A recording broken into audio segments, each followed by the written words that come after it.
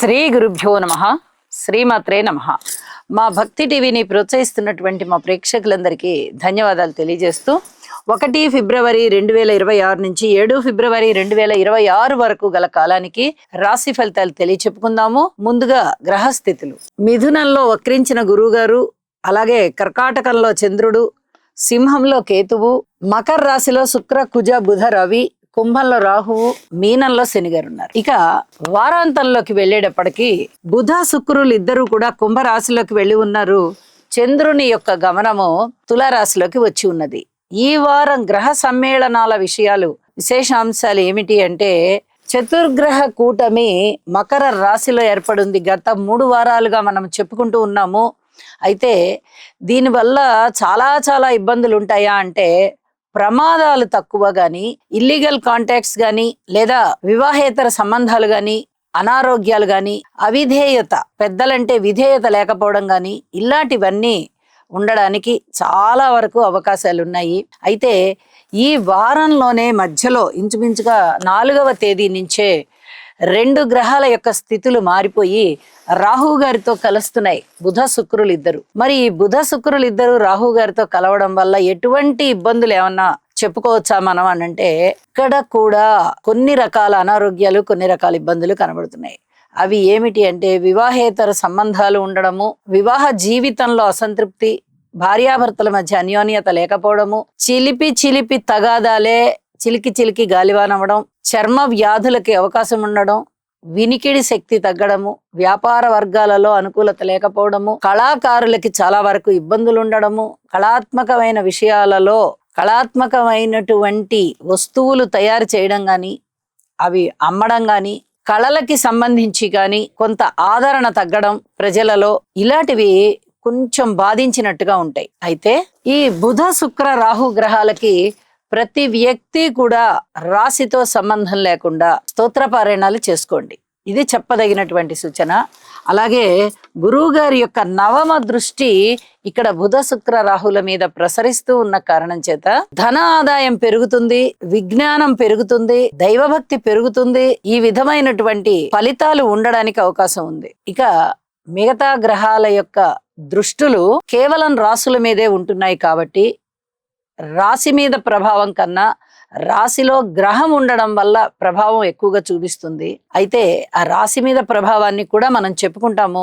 ఏ రాశి చెప్పుకునేటప్పుడు ఆ రాశి ఫలితాలలో అవి చెప్పుకుందాము అని చెప్పి తెలియచేస్తూ ఉన్నాను.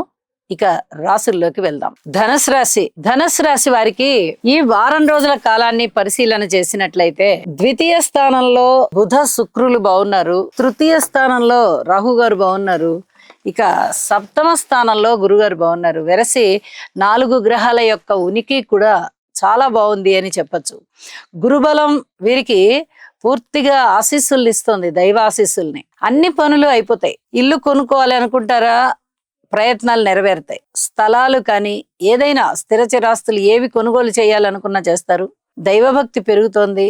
యజ్ఞాలు, యాగాలు, హోమాలు, దానాలు, ధర్మాలు, దైవ కార్యక్రమాలు, శుభకార్యాలు, వీటితో ఎక్కువగా కాలం గడుస్తుంది. ఉద్యోగ జీవితం బాగుంటుంది, కుటుంబం బాగుంటుంది, మాట తీరు బాగుంటుంది, అన్నదమ్ముల సహాయ సహకారాలు బాగుంటాయి. అలాగే సంతానం పట్ల మీకు ఉన్నటువంటి ఏదైతే ఒక కోరిక ఉంటుంది ఎవరికైనా, సంతానం బాగుండాలని, సంతానం వృద్ధిలోకి రావాలని, సంతానం లేని వారికి సంతానం కలగాలని, ఇలాంటివన్నీ ఆశలు ఉండడం చాలా సహజం.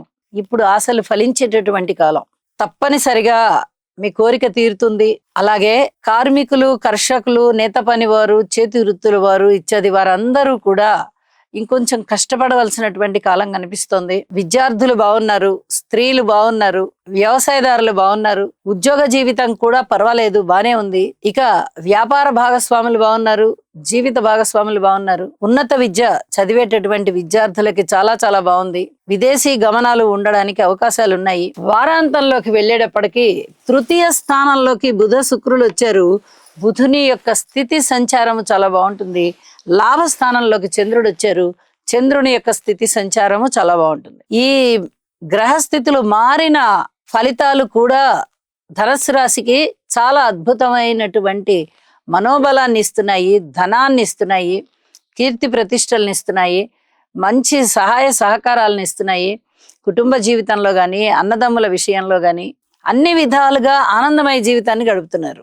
అయితే ఆరోగ్య విషయంలో కొంచెం కించిత్ జాగ్రత్తగా ఉండండి అని మరీ తెలియజేస్తూ ఉన్నాను. అనుకోని విధంగా వచ్చేటటువంటి ఖర్చులు ఏవైనా ఉంటే వాటిని తట్టుకోగలిగేటటువంటి ఆర్థిక స్తోమత కూడా మీకు వస్తుంది అని చెప్పి తెలియజేస్తూ, నవగ్రహ స్తోత్ర పారాయణ చేయండి, విష్ణు సహస్రనామాలు పారాయణ చేయండి, చాలా చక్కటి మనశ్శాంతితో ఉంటారు అని చెప్పి తెలియజేస్తూ, అర్ధాష్టమ శని సంచారం ఉంది కాబట్టి ఒకసారి శని గారికి తైలాభిషేకం చేయడానికి ప్రయత్నం చేయండి, మనశ్శాంతి పెరుగుతుంది. శుభం. ఈ రాశివారు నవగ్రహ ధ్యాన శ్లోకం అయినటువంటి ఆదిత్యాయ చ సోమాయ మంగళాయ బుధాయ చ గురు శుక్ర శనిభ్యశ్చ రాహవే కేతవే నమః అనే మంత్రాన్ని ప్రతినిత్యము పఠించడం ద్వారా లేదా వినడం ద్వారా మీకు మరింత మేలు జరుగుతుంది. అలాగే మీ మనస్సంకల్పం ఏదైతే ఉందో అది సిద్ధించే అవకాశం ఉన్నది. శని గ్రహం యొక్క అనుకూలత కొరకు నీలాంజన సమాభాసం రవిపుత్రం యమాగ్రజం ఛాయామార్తాండ సంభూతం తం నమామి శనైశ్చరం. ఓం క్రాం క్రీం క్రౌం సహ శనయే నమః.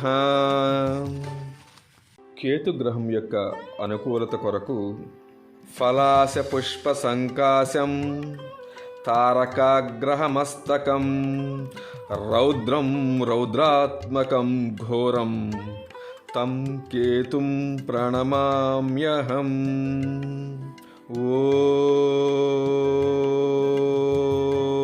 ఓం ప్రాం ప్రీం ప్రౌం సహ కేతవే నమః.